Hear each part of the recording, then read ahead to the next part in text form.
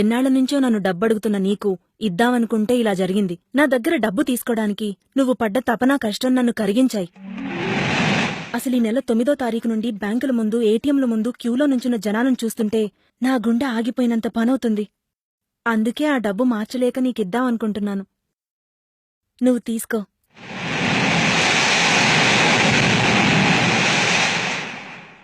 ఇంకొకసారి చెప్పు.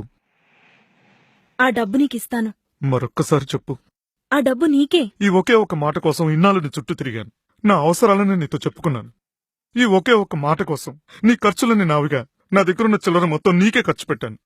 కానీ ఈ ఒకే ఒక మాట కోసం ఈరోజు అప్పుల్లో మునిపోయి టెన్షన్తో బతుకుతున్నాను.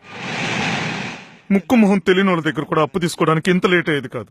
కానీ నీ మనసులో నాకు డబ్బులు ఇవ్వాలనిపించడానికి నీకు 4 ఏళ్ళు పట్టింది. తీరా చూస్తే ఇప్పుడు 500, 1000 నోట్లు చల్లం అంటున్నారు. ఎందుకంటే నువ్వు ఇస్తానన్న పాత కరెన్సీని ఒక గంటలోనో, ఒక రోజులోనో, ఒక వారంలోనో, ఒక నెలలోనో ఎట్టి పరిస్థితుల్లో నేను కొత్త కరెన్సీలోకి మార్చలేను. కేవలం నేను ఒక్కనే కాదు, ప్రతి ఒక్కరూ తమ దగ్గర ఉన్న డబ్బును మార్చడానికి వైజాగ్ జగదంబ సెంటర్లో, బెజవాడ బెన్ సెంటర్లో, హైదరాబాద్ అబీట్స్ లో, గుంటూరు జిన్నా టవర్ సెంటర్లో, ఒకటంటే భారతదేశంలోని ప్రతి ఊర్లోనూ, ప్రతి బ్యాంకు ముందు స్వచ్ఛమైన కరెన్సీ కోసం పిచ్చోళ్ళగా క్యూలో నుంచి ఉంటున్నారు. వాళ్ళ అవసరాలని, కష్టాన్ని ఏ బ్యాంకు కూడా అర్థం చేసుకోవట్లేదు. అయినా వాళ్ళంతా సామాన్యుడి అవసరాలు తీర్చరు. కోట్లు బ్లాక్ మనీ ఉన్న మాల్యా లాంటి వాళ్ళు ఉన్నారే, వాళ్ళ అవసరాలు తీరుస్తారు. డబ్బు మనిషి గౌరవాన్ని ఇస్తుంది, హీరోని చేస్తుంది, అవసరమైతే నాయకుని చేస్తుంది.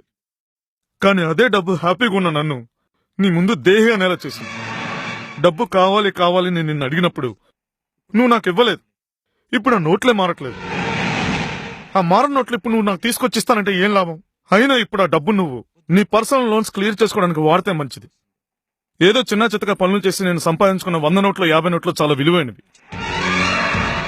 ఆ విలువైన నోట్లను నీ దగ్గర పెద్ద నోట్లకు ఆశపడి అవి నువ్వు ఎప్పుడిస్తావో తెలియక ఉన్న పనులని మానుకుని నీ చుట్టూ తిరుగుతూ నా దగ్గర ఉన్న డబ్బులన్నీ సర్వస్వం నీకే ఖర్చు చేశాను. ఆఖరికి టీ తాడానికి కూడా చెల్లలేని పరిస్థితికి వచ్చాను. ఈ పరిస్థితుల్లో నేను ఉన్నప్పుడు కూడా ఆ నోట్లు నువ్వు నాకు వచ్చి ఇస్తానంటే ఆ డబ్బు మార్చే శక్తి నాకు లేదు. కేవలం నేను ఒక్కనే మార్చలేను అనుకోకు. మన దేశంలో ఇప్పటికిప్పుడు ఎవడో కూడా ఈ డబ్బును మార్చలేడు.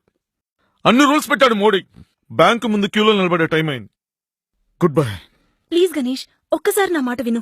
పైకి చెప్పుకోలేకపోతున్నాను కాని నాకు చాలా అవసరాలున్నాయి. నా దగ్గరున్న 5 లక్షలు పట్టుకెళ్ళి ఒక్క 20,000 100 నోట్లివ్వు. ఒక 4 రోజులు టైం పట్టినా పర్వాలేదు. నేను నీకోసం వెయిట్ చేస్తూ ఉంటాను. అంతకన్నా టైం కావాలన్నా కూడా ఇస్తాను. నువ్వొస్తావనే ఆశతో, నమ్మకంతో